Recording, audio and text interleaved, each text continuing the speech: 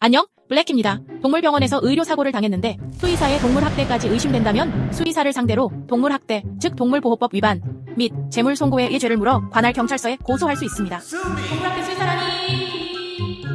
이건 블랙이 제출했던 고소장인데요. 제목은 동물보호법 위반, 재물손고의 사기 3가지였습니다. 자세히 설명해 드릴 테니 나홀로 고소장 작성이 필요하신 분은 참고하시길 바랍니다. 고소장 1면입니다. 고소하는 사람인 나를 고소인, 고소를 당하는 사람인 수의사를 피고소인이라고 합니다. 피고소인의 인적사항은 수사관이 알아낼 거니까 걱정 마시고 최소한으로 적어주셔도 돼요. 수의사의 개인정보 대신 동물병원 주소나 전화번호를 쓰시고요. 인적사항에 대해 아는 것이 전혀 없으면 그냥 성명불상이라고 적으셔도 됩니다. 고소 취지에는 벌칙 규정이 있는 죄명을 적어주세요. 고소장 2면 시작입니다. 고소 이유에는 5가지 목차가 들어갈 거예요. 1번, 당사자의 관계에는 반려동물 보호자와 담당 수의사와의 관계였다 라고 간략히 적어줍니다. 2번, 범죄 사실인데요. 가장 중요한 부분입니다. 고소장의 엑기스라고 보시면 되는데요.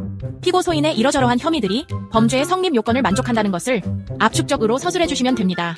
고소장을 완성한 후 돌아와서 마지막까지 검토하고 수정해야 할 부분이에요. 3번, 사건 발생의 경위입니다. 동물병원 방문 시점부터 시작해서 사건이 발생한 경위를 육하 원칙에 따라 시간 흐름대로 서술해주세요. 4번, 고소 이유입니다. 먼저 박스 안에 넣은 것처럼 각 죄명의 법적 근거에 해당하는 금지사항과 벌칙 규정을 밝힙니다. 그리고 구체적인 증거를 뒷받침하여 각각의 혐의가 법에 규정된 범죄의 성립 요건을 만족한다는 것을 차근차근 입증합니다. 동물보호법 위반에 대해 생각해볼게요.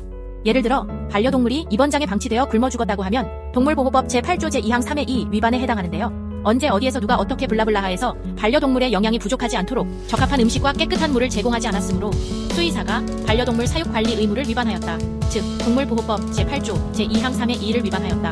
따라서 같은 법 제46조 제2항에 의해 2년 이하의 징역 또는 2천만 원 이하의 벌금에 처한다 라고 서술해 주시는 겁니다. 동물보호법 시행규칙도 꼭 참고하시고요. 재물손괴나 사기도 마찬가지 방식으로 서술하시면 됩니다. 5번, 결론입니다. 간단히 쓰시면 되는데요. 서술한 혐의들에 대해 철저히 수사해달라고 요청하면서 마무리합니다.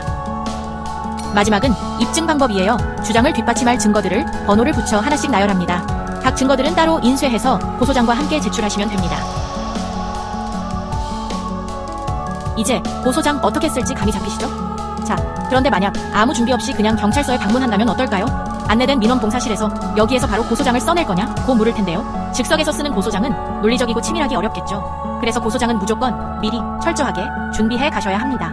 그런데 범죄의 성립 요건을 논증하자니 고소장을 혼자 쓰는 것은 좀 어려울 수 있어요. 그래서 변호사의 고소 대리를 고려하실 수도 있는데요. 고소장을 대신 써주고 경찰 조사에 동행해주는 조건으로 변호사를 선임하는 거죠. 비용은 최소 330만 원 정도 들 거예요. 하지만 의료사고 사건은요, 동물학대가 의심되더라도 수의사의 진료 행위 중 일어난 일임을 고려할 때 범죄의 고의성을 입증하기 어렵다는 이유로 증거불충분 무혐의가 나올 가능성이 매우 높습니다. 쉽게 말해 설마 수의사가 일부러 그랬겠냐? 거죠. 고의성이 입증되지 않으면 형사처벌을 받게 하려는 고소의 목적은 달성될 수 없습니다. 학대 현장을 즉석에서 포착하고 동영상 등 빼박 못할 증거를 잡아내지 않는 한 무혐의가 나올 거라고 보시면 될 거예요.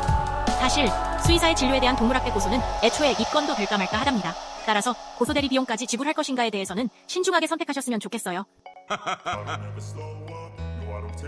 어쨌든 고소장이 접수되고 나면 대개 몇 주 이내로 경찰서에서 고소인 조사를 요청하는데요. 이때 혼자 가든 변호사와 동행 출석하든 담당 수사관의 조사에 성실히 응하여 고소 이유를 잘 설명하고 오시면 됩니다. 조사 받으러 가니 이런 안내문 한 장을 주더라고요. 이후 몇 주 이내에 피고소인 조사가 이루어지는데요.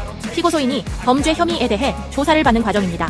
필요시 고소인과 피고소인이 모두 참석하는 대질 조사를 할 수도 있어요. 이후 경우에 따라 기간은 좀 다르겠으나 수개월 이내에 수사 결과 통지서가 발송됩니다. 혐의 사실이 인정되는 경우 경찰이 검찰로 사건을 넘기는 송치 결정, 혐의 사실이 인정되지 않는 경우 그 이유와 함께 불송치 결정이 내려집니다. 송치 결정이 내려져야 사건이 검찰로 넘어가 기소 여부 등 처벌할지 말지에 대한 판단이 이루어지는 거예요. 만약 경찰이 불송치 결정을 했는데 이에 굴복하고자 하는 경우에는 경찰서에 이의신 청서를 제출할 수 있습니다. 이때는 담당 수사관의 검토 후 특별한 사유가 없으면 검찰로 송치가 되도록 규정되어 있어요. 하지만 애초에 경찰이 불송치 의견이었던 경우 검찰에서도 불기소 결정이 내려질 가능성이 높다고 합니다. 제 생각에는요, 정말 확실한 증거가 확보된 사건이 아니라면 안타깝게도 거의 다 불송치될 거라고 봅니다. 혹시라도 허위 사실이나 아무런 증거 없이 고소하는 경우 무고죄로 역고소 당할 수도 있으니 유념하시고요. 참고 수의사법 제5조에 따르면 동물보호법을 위반하여 금고 이상의 실형을 선고받고 그 집행이 끝나지 아니하거나 면제되지 아니한 사람은 수의사가 될 수 없다고 하기는 합니다. 좋아요.